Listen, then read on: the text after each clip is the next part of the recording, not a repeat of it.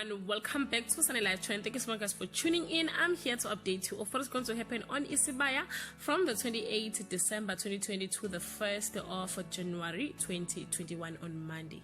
Dabula's special Christmas present for Sihle threatened to send Blade over the edge. Melusi keeps his secret to himself. A dangerous shutdown breaks out at Kwamanzini and Caesar gets a shocking visit on Tuesday. Caesar finds herself in a difficult position when her father demands she deliver on her promises. Meanwhile, Samsoni demands what he is owed from Dabula on Wednesday.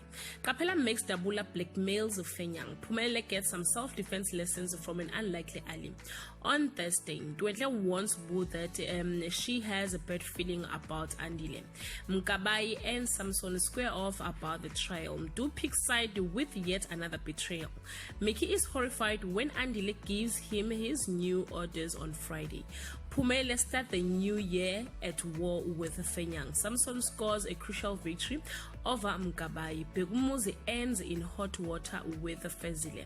Guys, this is all I have for today. Can you leave your comment below and share your thought? If you want the full episode, please let me know on the comment section. Bye.